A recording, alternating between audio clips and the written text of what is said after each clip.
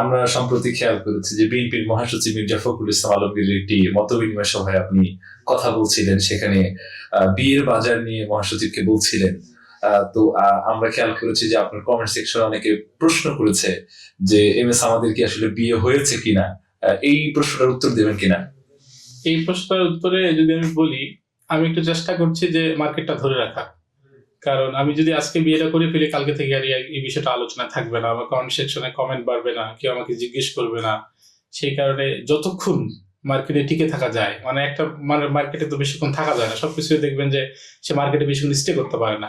দেখেন যে এখন একটা চলতেছে, হ্যাঁ এই ট্রেন্ড চলতেছে, সে এটা কিছু করতে চায়, সে চুল উল্টায়, এই ট্রেন্ড একটা চলে। তারপর দেখবেন যে হুডি কেউ বড়, এক এক সময় এক একটা ট্রেন্ড চলে। আমার কাছে মনে হচ্ছে যতদিন এই মার্কেটটা ধরে রাখা যায় আর কি, কারণ মার্কেটটা শেষ হয়ে গেলে তো তখন আর মার্কেটে টিকতে পারবো না হয়তো।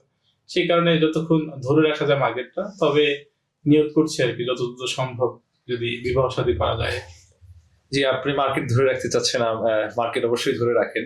সোশ্যাল মিডিয়ার যুগে মার্কেট ধরে রাখাটা খুব গুরুত্বপূর্ণ একটা বিষয়।